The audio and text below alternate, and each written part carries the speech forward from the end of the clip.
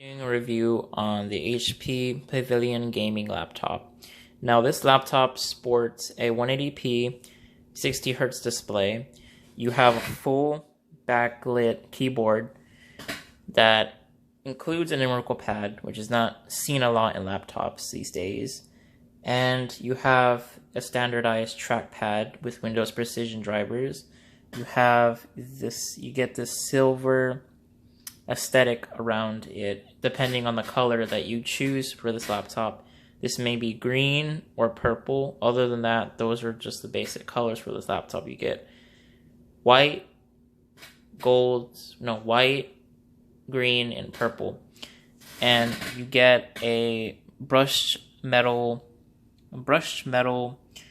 chassis right here. You can see, I don't know if you can see it. It's pretty stainable, as you can see here. Just the standard touch, putting your hand on it, you can get it dirty. And I've tried cleaning it numerous times, but this doesn't come off. So it's very easy to dirty this laptop and might be annoying to some people. Now, you see the speaker grill up here. This houses two speakers, just two. It may not look like it might look like it has multiple speakers, but it only has two. And I'm pretty sure all of this is for ventilation because you have these little grills in the back of a laptop. That's why there's space here. That's why the display is designed like this, to allow airflow through the laptop right here. So what is special about this laptop? This laptop features a Intel Core i7 8750H clocked at 2.2 gigahertz. This particular model comes with a 1050 Ti, but you can get this up all the way up to a GTX 1060 3GB. Now, that might be a disappointment to some people because this model doesn't feature a Max-Q 6GB GTX 1060. However, I'm pretty sure GTX 1060 3GB is enough to run most games, as my desktop over here handles games like that just fine. And you don't really get a kind of, oh look, I'm a gamer type of style here. It's very simplified. You just get this HP logo, and maybe the fenders might look a little like, oh, I play games, but not really. It's pretty standard. You can use this for probably business-related tasks if you wanted to, or for school. And this comes with a very generous amount of ports. You get two USB 3.0 ports on this side of the laptop, as well as one USB Type C on the other, and a USB 3.0 type port, another one on the side. So you get a total of 3 USB 3.0 type ports, one USB Type C that is not Thunderbolt 3. You get the normal power supply plug-in, which fast charges this laptop pretty good. You can get good enough battery and within an hour or 30 minutes. And you get HDMI and an Ethernet port. You also get a headphone jack. This also features a 720p HD camera. You get 8 gigabytes of DDR4 266 megahertz RAM, and this features Bluetooth 5.0, but the base model comes with Bluetooth 4.2, which basically implies that Bluetooth 4.2 is just a lower frequency for Bluetooth. Bluetooth 5.0 has improvements in allowing you to connect to multiple devices, so which is what this can do. It has an okay Wi-Fi card. I mean, I don't know if other people's Wi-Fi cards are better. I mean, routers might be better for this type of laptop, as my router is kind of ass, and that probably might be why I get such a low score when I use this wirelessly. This performs actually really well. When you have it plugged in, it can run games mostly at 60 FPS to 180p in 180p resolution, and it can even go up skyrocket even higher depending on what game you play. But most of the games I tested that were AAA ran pretty well on this laptop. The only issue I can complain about having this laptop is the heating issue, because the temperatures have ranged from 80 to 90 Celsius degrees on this particular model, and that's kind of unacceptable for, cooling methods. I had this on my bed, so maybe that blocked a lot of the ventilation of this laptop, raising the temperatures very high, and that's somewhat problematic if you want to have good cooling in a laptop like this. So that's my one complaint. The other complaint is that this laptop's trackpad is okay. I mean, it's made out of plastic, and the clicks are okay, but it's less smooth. It could be smoother. There's obviously better laptops out there that have a better trackpad. The battery life on this, I can say that you get about 4 to 6 hours with a 52.5 watt hour battery. It sports. The other complaint, but that battery life is like, you're probably going to need to bring your charger around places, maybe, depending on what you're doing. I've had this last for 4 to 6 hours on me, or 2 hours. It just depends what you're doing. I mainly game on this, so that's probably why. I haven't extensively tested it, but it should last to 4 to 6 hours. Now, my other complaint is that when I first received this laptop, it started having a whole bunch of issues with the screen not turning on when I had closed it, and also the speakers would sound muffled and messed up. But this was before I applied all the updates to it. So after all the updates and software updates, this laptop was able to perform well enough for me to keep it and for me to recommend it. And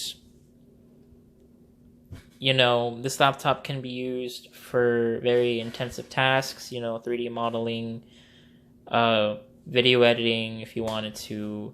It's a very good performer, and I suggest people to get it because it's similar to other laptops. It's under the $1,000 range.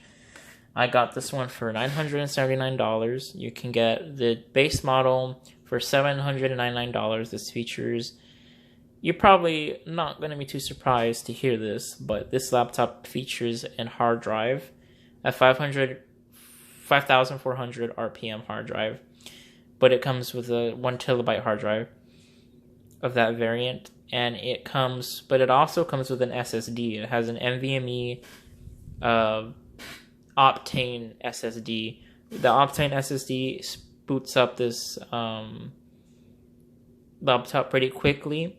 It speeds up the slow hard drive of this laptop, and honestly, I don't feel I need to upgrade that hard drive to an SSD, like an actual SSD, because speeds feel like an SSD on this laptop. It feels very snappy. Opening programs is not as like nothing to this laptop, and opening new tabs and stuff like that, or opening games for that matter, is a lot faster. Now, you could increase the loading times because I've noticed some lag when opening some programs with putting an SSD in the sky, like an actual SSD, but as for the hardware it has itself, it's pretty standard. Now people are probably going to want to know what this laptop looks like on the inside. Is it upgradable?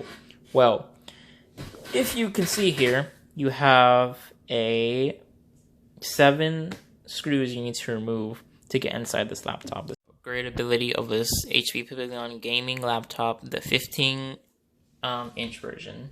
Obviously, there's no other version like this. This is a revision of the HP Pavilion Power laptop. And as you can see, it comes with a standard hard drive that is also removable. As you can see, the screws. You have the RAM that's upgradable. And you can also remove that if you want to. And it comes with another DIMM slot. I don't know if you can see that. I don't know why it was installed that way. the underneath that RAM slot, there is another one. And you have standard 2 fans to cool the GPU and the CPU. But the cooling in here is kind of, doesn't look very outstanding. You have the standard 2 heat pipes, and that's probably not enough to cool this laptop sufficiently. But, it does its best and it performs well. You get a standard 52.5 hour battery.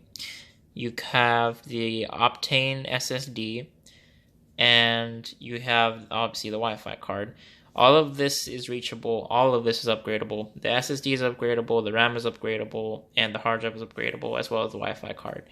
And which is a major bonus for this type of laptop, because you can upgrade this down the line if you ever need to. You can upgrade it up to 16 gigabytes of RAM. You can upgrade to how much storage ever you want. And you can upgrade the NVMe drive really easily, just with a screwdriver, like I have here. Now, I'm not going to upgrade this laptop right now, because I don't just have the funds for it yet.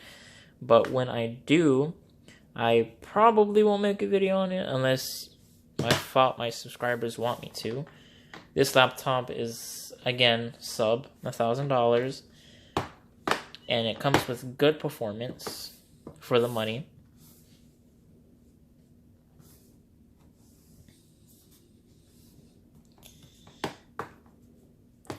And I believe that is why you should buy this laptop.